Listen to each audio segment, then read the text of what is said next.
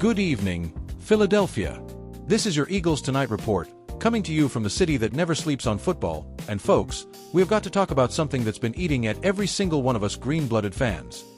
How in the world is a 2025 Eagles team stacked with Jalen Hurts, A.J. Brown, Devonta Smith, Dallas Goedert, and the human highlight reel Saquon Barkley putting together one of the most painfully boring passing attacks in the entire NFL? Yeah, I said it. We're winning, but good lord, it feels like we're watching paint dry in slow motion. Let's start with the cold, hard truth that dropped yesterday. No team in the league has 3 players in the top 16 for most hitch routes run, except your Philadelphia Eagles. Dallas Goedert and Devonta Smith?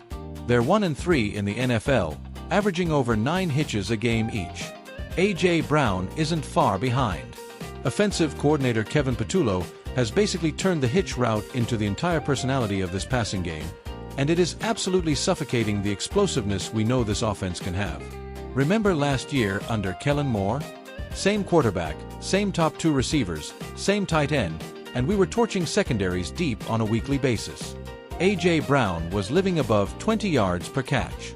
Devonta was a walking 50-50 ball nightmare for corners. This year, it's hitch, hitch, hitch, check it down, punt, and pray Vic Fangio's defense saves the day again. And don't get me wrong, Fangio's group has been phenomenal. They've bailed us out more times than we deserve, but you can't keep asking a defense to play perfect football every week while the offense is out there running the equivalent of NFL Madden on rookie mode. Jalen Hurts has always had that elite deep ball. It's one of the things that made him a superstar. The brother can drop a dime 60 yards in the air on a rope. Yet right now he's on pace for the fewest deep attempts of his career. Only 1 interception all season? Fantastic. 0 killer instinct down the field? That's a problem when you've got A.J. Brown, one of the most physically dominant receivers in football, openly looking like he's about to ask for a new zip code. And Saquon? Man, it hurts my soul to say this, but the guy we signed to be the final piece is averaging under 4 yards a carry. Under 4. This is the same dude who was the engine for the Giants for years, the same dude who had 20 miles per hour on the GPS last preseason. He's getting the ball, but the passing game is so predictable that defenses are stacking the box and daring us to throw it more than 8 yards past the line of scrimmage. Guess what? We're taking the dare and losing. Now, let's be real for a second. Nick Sirianni's track record with coordinators is basically a tale of 2 cities. He hit grand slams with Shane Steichen and Kellen Moore. Both those guys are head coaches now for a reason. But Brian Johnson last year and Kevin Patullo this year? Big swings and misses. And when you keep swinging and missing at the OC spot, eventually the fan base starts looking up at the guy doing the hiring. Here's a fictional but totally believable quote floating around the Novacare complex locker room right now. I'm paraphrasing what a veteran leader might say. Man, we got too many weapons to be this boring. We appreciate winning, but we also want to put the fear of God back into these defenses like we did in 22 and 17.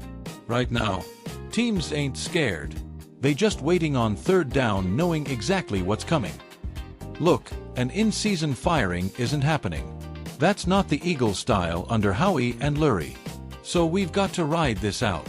But January football is a different animal. You do not want to roll into the playoffs with an offense that defenses have already solved like a Rubik's Cube with one color. The good news? This roster is still stupidly talented. The defense is playing at an all-time level. And history says the Eagles love a good mid-season wake-up call.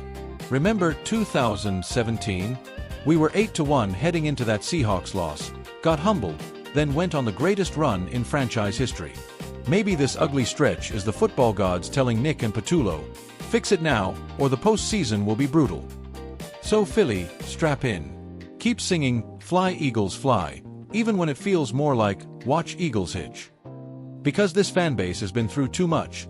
Super Bowl 52, the Miracle at the Meadowlands 2, B-Doc's Prime, Reggie White sack dances, to accept mediocre offense with elite talent. Next man up is a short week against the Commanders. Let's see if Patullo finally lets Jalen and A.J. off the leash. If he does, the NFC better look out. If he doesn't, well, we might be having a very different conversation in February.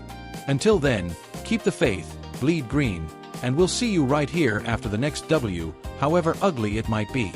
Fly Eagles fly, Philly. This one's still ours to fix.